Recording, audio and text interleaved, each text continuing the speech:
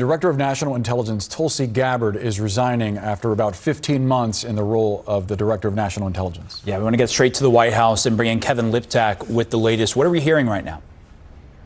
Yeah, and this is a significant departure. We do now understand that Tulsi Gabbard has informed President Trump of her decision to resign from the administration. And what she is telling associates is that she is stepping down because her husband is confronting a rare form of cancer. And so that is her rationale for stepping back from this very, very critical role at a very critical moment as the U.S. Remains at war with Iran, as President Trump weighs restarting the bombing campaign inside that country. This will be a significant departure for the administration. And so Tulsi Gabbard telling the president today that she does plan to resign and that she's stepping aside for this ultimately very personal reason, which is her husband's health. Now, that being said, this has been quite a tumultuous tenure, I think, for Tulsi Gabbard over the course of this second Trump administration. There had been clear points throughout the last year and a half when she did seem to diverge with what the president was trying to do. You know, she came to this job with a very clear anti-war background. You know, she herself is a veteran. She talked before she was in this job when she was a congresswoman from Hawaii about not starting foreign wars, specifically about not starting wars with Iran. And over the course of this conflict, she really did not have a very visible role whatsoever in confronting the Iran threat. She had been essentially cut out of some of those conversations. You know, the president did seem to task her with some different roles. You'll remember she was down in Fulton County, Georgia, when the FBI was raiding a voting office there. It was sort of a strange sight to see the DNI down in Georgia when the FBI was conducting that raid. She also put out a report sort of downplaying the role of election meddling from Russia. Both of those, I think, meant to put her in the president's good graces. But despite all of that, there had been these clear tensions. And so now we're understanding that she is going to be leaving the administration. We do not yet know at this point who may replace her. This is a very, very critical job. You know, it was created in the aftermath of 9/11 to try and coordinate all of the government's intelligence stream. So at a particularly a tense moment, it will be critical to get this job filled.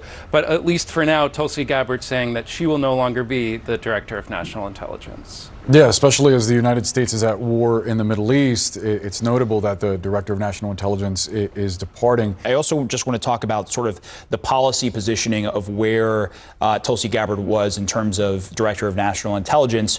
We heard at points that debate sort of, I guess not so much debate, a difference in stated position between what we heard from the president at times, sometimes it was Steve Witkoff, in terms of the ability for Iran to get a nuclear weapons grade weapon. And then she would often say that the capability was obliterated. I wonder for you, who just follows this space so closely, what did you see the most significant in her dynamic as DNI here? And I think that the primary issue was that she just didn't really deliver substance and kind of a purpose for the administration from an intelligence perspective, and that John Radcliffe at CIA did. And so the contrast between them and the ability of them to represent the intelligence in a way that, I think that Director Radcliffe is just more artful in threading the needle and then behind the scenes providing really value added, because the CIA has that value added, right? They have deeper analytic core, and then they have the operational capabilities that, of course, ODNI doesn't have. And so I think that, it's the divergence of views that were very core to who Tulsi Gabbard is and was, that never really synced. And then just, the value added or lack thereof.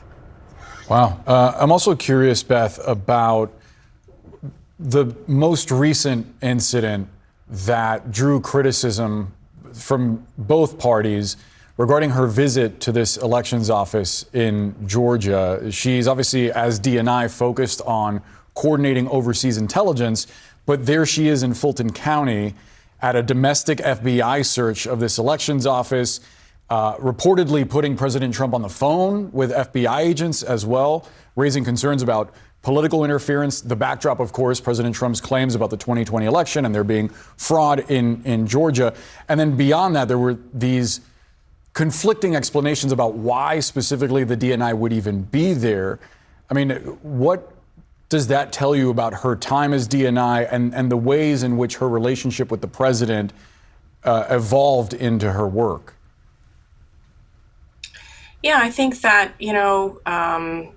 the DNI Gabbard was in search of a mission that was of value to the president. And, there was this kind of joke, very sad joke from her perspective, where her initials, DNI, stood for do not invite to all these foreign policy meetings. And you would see that she was completely absent from Mar-a-Lago during the Venezuela operation, during the Iran operation. And so she was in search of a mission that was of value. And this election fraud mission was something where she jumped in to take up that mantle. There are, from my perspective, having been the number 3 at ODNI in my last government position, I believed that her presence was counter to her authorities. I don't think that the DNI has authority for this kind of engagement on domestic election issues, even when there is a potential foreign nexus. And in the case of Georgia, in all of the years, remember, this is many, many years, there has never been an accusation or an inkling of foreign activity related to that outcome. And so, it was just completely off the charts, weird. And then, just from my perspective and from many others, beyond what a director of national intelligence should be doing. Let's go to Brian Todd. Brian, obviously this was a tumultuous tenure. And before she served in the administration, her entire political career up until 2022, she was a Democrat and she was sort of non-interventionist. She spoke out against U.S. foreign policy. Then in 2024, she flipped to the Republican Party and served the president, obviously, who has been more aggressive, not only in Iran, but in Venezuela and in Cuba as well. It's notable that her vision of U.S. foreign policy not exactly aligning with President Trump's. That's right, Boris and Omar, that is correct. And it is unusual for a director of national intelligence to leave office, basically at the height of tensions with Iran. And as this conflict has not come to a full resolution as of yet, it's striking that she's leaving during that period. And again, not only, to emphasize what Kevin said, he emphasized that she's been controversial in a number of ways. As what Kevin mentioned, when she went down to Georgia in January, taking a look at what was going on there and trying to help with this investigation into alleged voter fraud in Georgia, that really turned a lot of heads simply because that was not supposed to be her role as the director of national intelligence. But also, guys, remember after the war began in late February, the administration, of course, attempted to justify going to war with Iran by claiming that Iran was rebuilding its nuclear program and that it posed an imminent threat following those strikes in June of 2025. The administration claiming that Iran was rebuilding its program and posed an imminent threat. Well, she had remarks to the Senate Intelligence Committee less than a month after the war began, saying as a result of Midnight Hammer, that was the operation in June, Iran's nuclear enrichment program was obliterated. There has been no effort since then to try to rebuild their enrichment capability. She then essentially almost contradicting the administration's claim that Iran had posed an imminent threat. So she got in a bit of hot water for that. Again, that was a hearing in front of the Senate Intelligence Committee less than a month after the Iran war began. Guys, I've just been handed this. I can read from you. This is her resignation note that we've obtained from Tulsi Gabbard. Dear Mr. President, I am deeply grateful for the trust you placed in me and for the opportunity to lead the office of the Director of National Intelligence for the last year and a half. Unfortunately, I must submit my resignation effective June 30th, 2026. My husband, Abraham, has recently been diagnosed with an extremely rare form of bone cancer. She writes, He faces major challenges in the coming weeks and months. At this time, I must step away from public service to be by his side and fully support him through this battle. Abraham has been my rock throughout our 11 years of marriage, standing steadfast through my deployment to East Africa on a joint special operations mission, multiple political campaigns, and now my service in this role. His strength and love have sustained me through every challenge. I cannot in good conscience ask him to face this fight alone while I continue in this demanding and time-consuming position.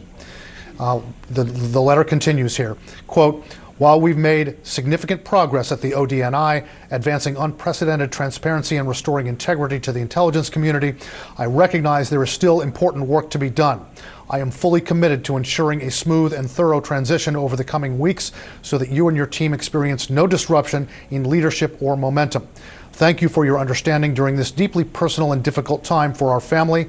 I will remain forever grateful to you and to the American people for the profound honor of serving our nation as DNI. With love and aloha, Tulsi Gabbard.